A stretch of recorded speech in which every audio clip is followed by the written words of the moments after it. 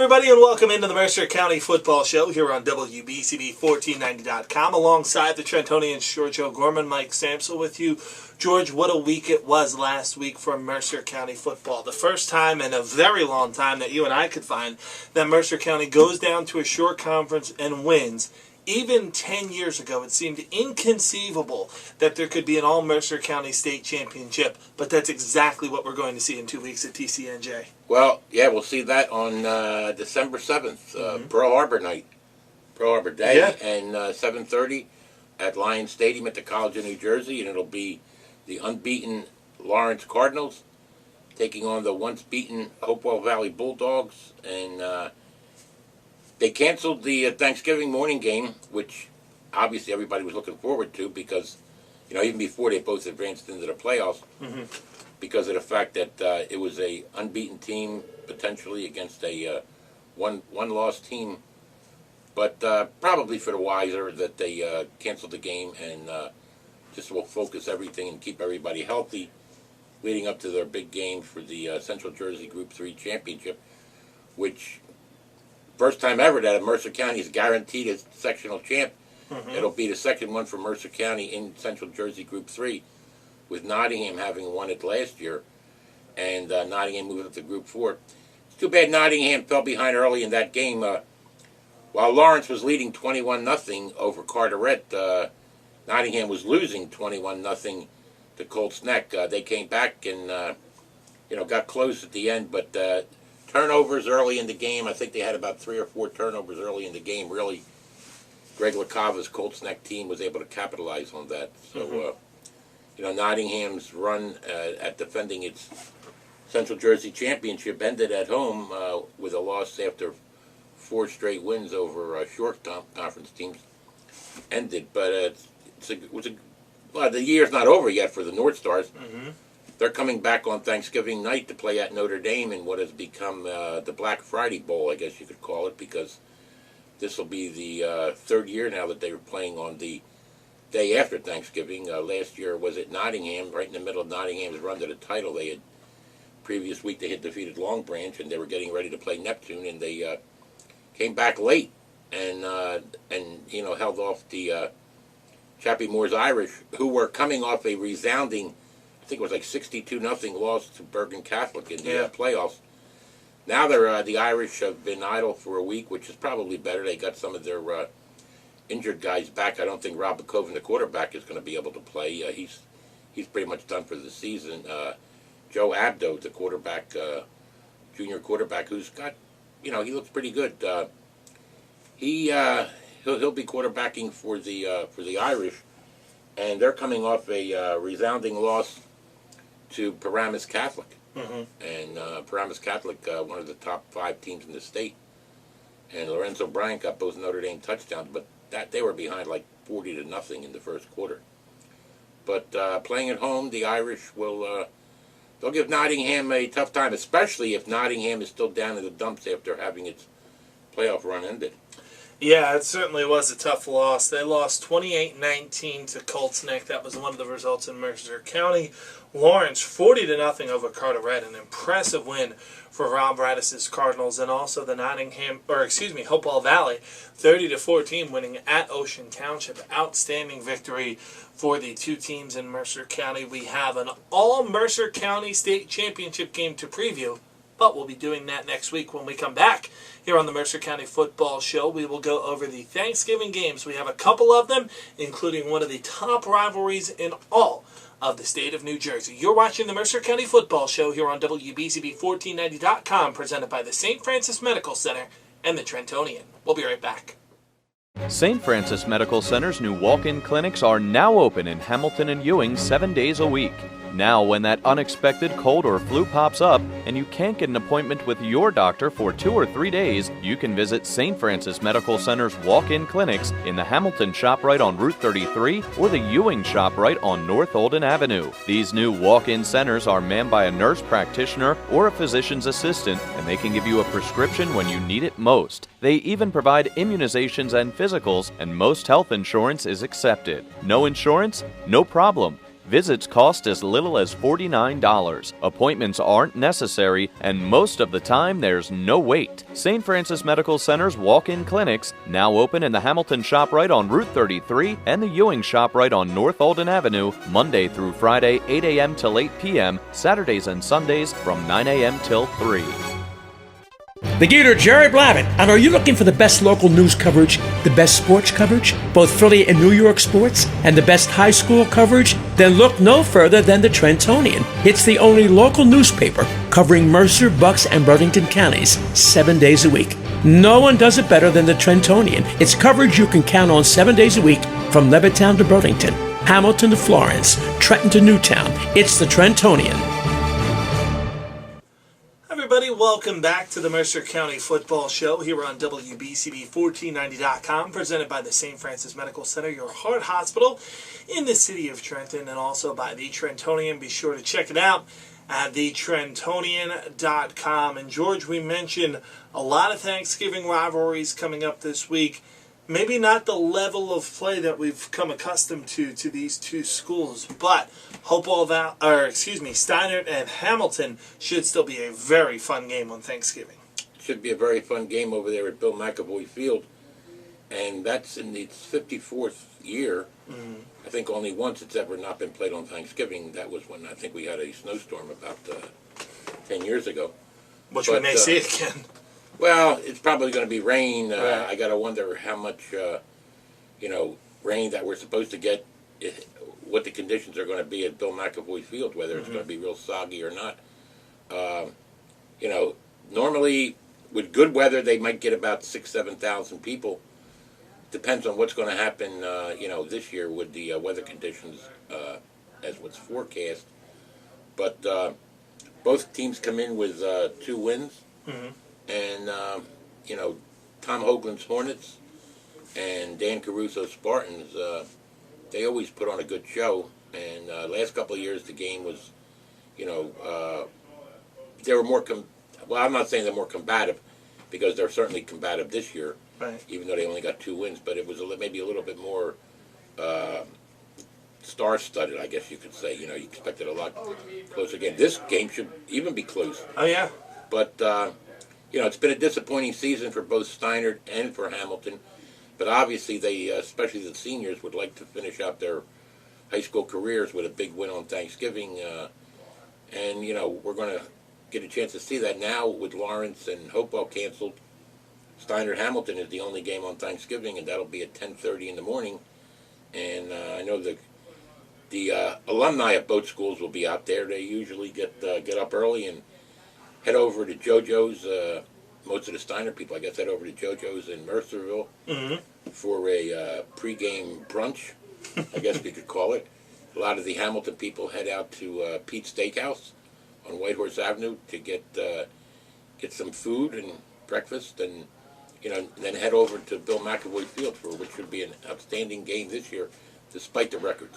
Well, let's settle the all-time rivalry. What's better, is it Pat's or JoJo's? That's a coin flip. That's a coin flip. Both of them are outstanding, and but we're not doing a connoisseur show here. But no, and there are some other interesting games that have become traditional Thanksgiving Day rivalries.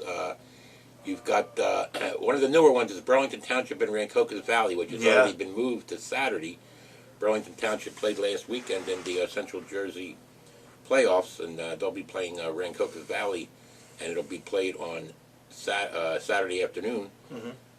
That was moved back because of they didn't want to come right back and play, I guess a week after 6 days after their playoff game. Right.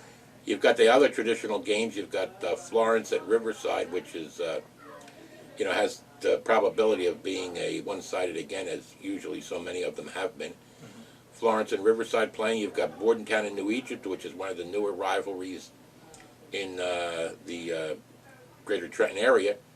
And the Scotties coming off, made the playoffs this year. New Egypt went late into the year before they got their first win. So that's usually an interesting battle over there, New Egypt and Bordentown. You've got the Commanders Cup, Pemberton and Northern Burlington. You call it the Commanders Cup because Northern Burlington gets a lot of their players from McGuire Air Base. Mm-hmm. Pemberton gets a lot of their players from Fort Dix. Right. So it's a natural they call it the Commanders Cup. And then you've got the other games, one of the oldest rivalries in South Jersey, Burlington City and Palmyra. You got Delran and Cinnaminson, who usually, I think, may be playing tomorrow night. They may play that game on the Wednesday before. If we got Black Friday, what is Wednesday before Thanksgiving? It's known as the biggest party night of the year, I guess. But well, I guess that's a big party night because you got Cinnaminson and Delran playing to decide the championship in their division. I lose track of the names. There's so many divisions in the West Jersey Football League. Yeah. But they're both playing for the championship in that division. I think they're in the Liberty. Is it the Liberty division? I believe so. Okay, but whatever it is, it's an opportunity for either the Delran Bears or the Cinnaminson Pirates to finish off their season winning a division championship. And I'm trying. Oh, you got Holy Cross and Willingboro, which is another rivalry that's quite interesting. And as far as I know, those games are all still on. Nobody has moved them other than Burlington Township and Burlington Township against Rancocas Valley. So, but here in Mercer County, Thanksgiving starts with Steiner Hamilton football. Yeah. Friday night we got an interesting game again, as we said, Nottingham and Notre Dame. So that should be a good doubleheader of football in between your Thanksgiving celebration family meals. Yeah, absolutely. You can listen to both games on 107.7 The Bronx and 107.7thebronx.com. George and I will be out with you on Thanksgiving morning as Hamilton takes on Steiner, and Sean and George will be out at Notre Dame on Friday night for what should be a pair of outstanding ball games. And it's going to be interesting. We talked about it a little bit in the first segment of the show. Is just going to be how Notre Dame reacts to what is a pretty good Notre Dame team. Notre Dame has been an interesting team this year because while they haven't fared well against the upper echelon, they have taken care of the teams that you would expect them to take care of. So I expect this to be a close game on Friday night. Last year, as we said, they came off a resounding loss up at Bergen Catholic and really gave Nottingham a run for its money and very nearly, I'm not saying they caught the North Stars looking ahead, but sure. The Irish were in that game right up to the end, and I think Nottingham put together a couple of late touchdowns to pull that game out. But you know what? This is going to be an interesting matchup because Notre Dame's got a good defense. Mm-hmm. They got up last year to play Nottingham tough, and Nottingham has caused some problems for Notre Dame over the years. A couple of times they've ended long Notre Dame winning streaks in the Colonial Valley Conference. So John Adams is going to have to get his North Stars rolling again. He's got a good group over there that's, it'll be the final game for guys like Rawway Williams, for Stephen Adams, the quarterback, for Brian Boucher, the receiver. I think he's the senior. Ryan Malagrino, the outstanding defensive linebacker, whatever. He's all over the place. So, be interesting. And as I said, John Diamond and some of those outstanding defensive players for Notre Dame. They've got a number of people coming back, though, remember. Yeah. The Irish are, I guess you could say they're a year away. They don't want to finish with a losing record. If they can win this game, they'll be 5-5. Mm-hmm. They'll have Lorenzo Bryant returning next year. Joe Abdo, the quarterback, will be returning next year. They got some veterans in the line. Yeah, I think the Irish may be primed for a big year next year. The Irish should be ready for a big year next year. But don't forget, you've got Hopewell Valley, which could very well continue on and have another outstanding season next year, especially when you got a guy coming back like Drew Wiley, who we saw, outstanding the other night down at Ocean Township. I was thinking, what was the bigger win? I guess Lawrence being the top seed and putting a whitewashing on Carteret 40-0. Mm-hmm. But Hopewell Valley and what they were able to do going down to Ocean Township, which was the number 2 seed. Mm-hmm. And Hopewell knocking them off very convincingly. And the way they did it. There were a couple of opportunities for Hopewell Valley to fold in that game, and they really didn't. And they really came back strong in the second half. They were up.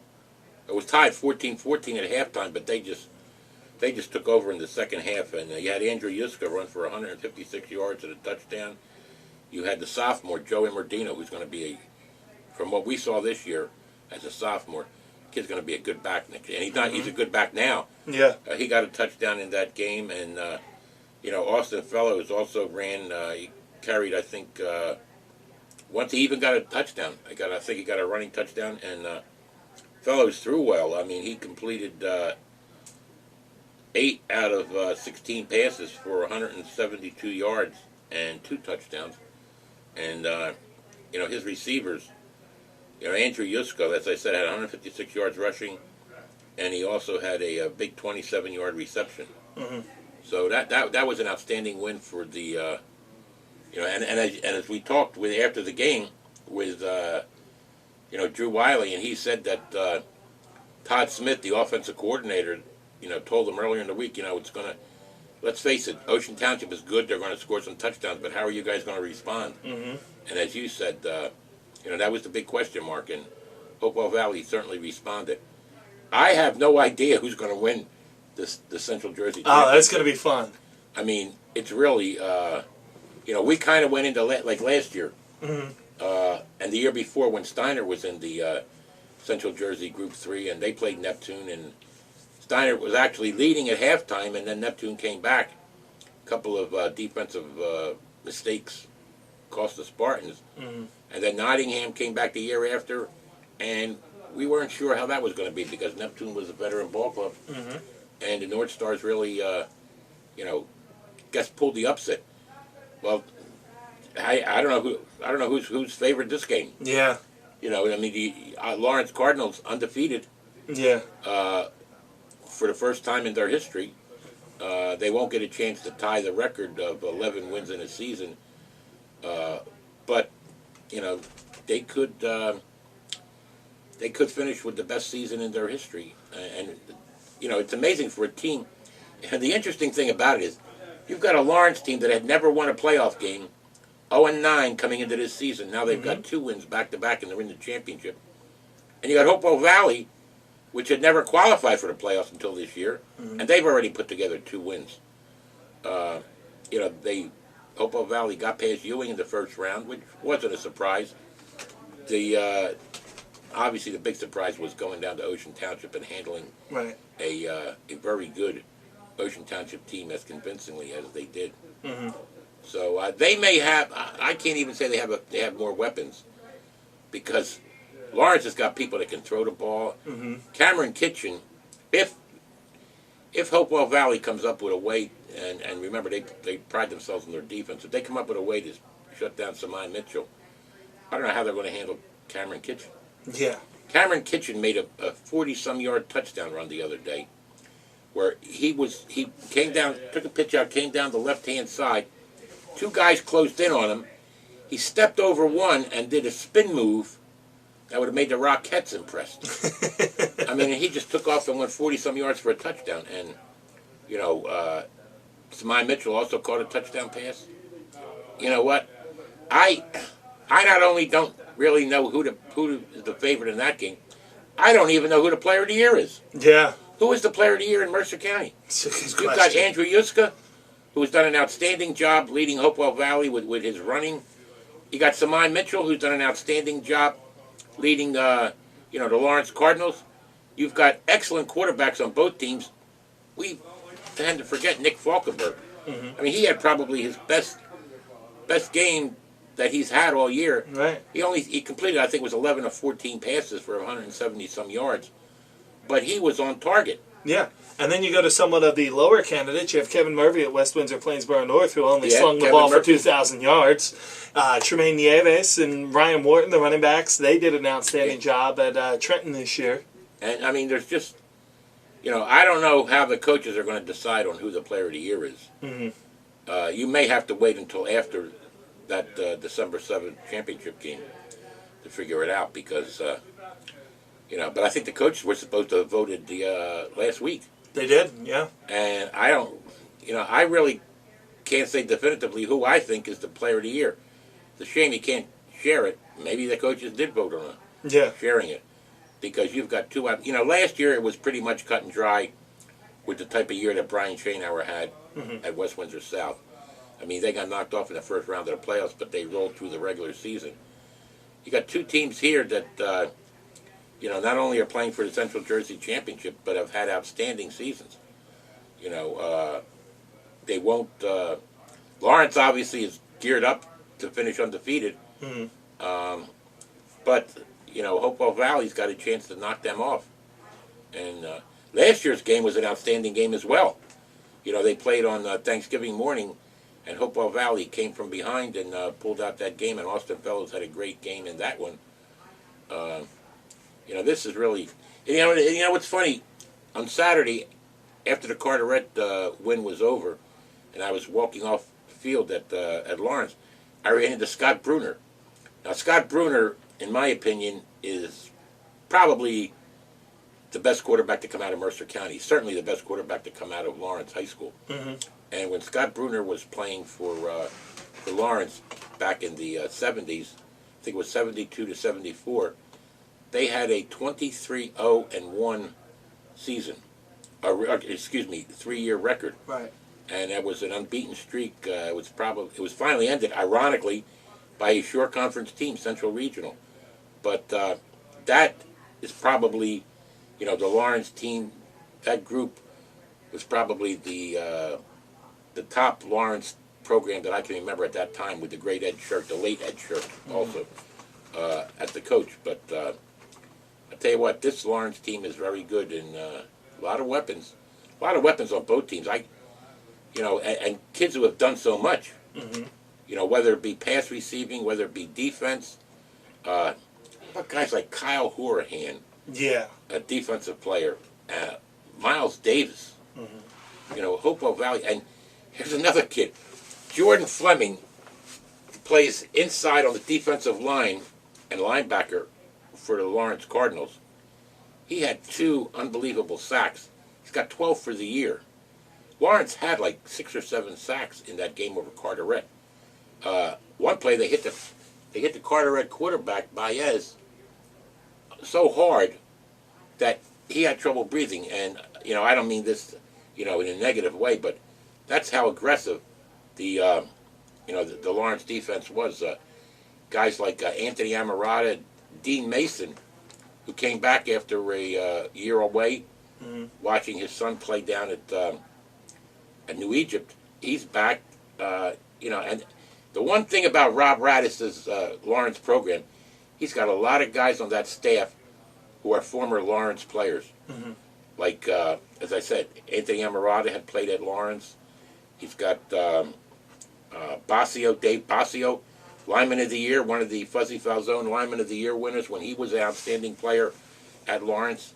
And I'll tell you what, it's an outstanding program, and Rob has kept a lot of his alumni together. He's a former Lawrence player himself, and he had told me last week. He said after that win over Allentown, when they finally got their first playoff win, he said, I thought I was at my wedding day. He said, as we're walking off the field, all the alumni, he said, were standing on that ramp that leads off the field at Lawrence. He said, giving the kids a standing ovation. He said, that was really moving. He said, and I got chills thinking about that. How those Lawrence fans have always been dedicated to that program, and they've had some tough years. The last few have been tough, but Lawrence program has really, when they started back in the late 60s, and they've really been building and building and building, and had some outstanding players come through there. And this is, well, right now, obviously, reaching the Central Jersey Championship is the best season, and this will have to go down as probably the best team that Lawrence has had. Yeah, absolutely. It should be a lot of fun coming up.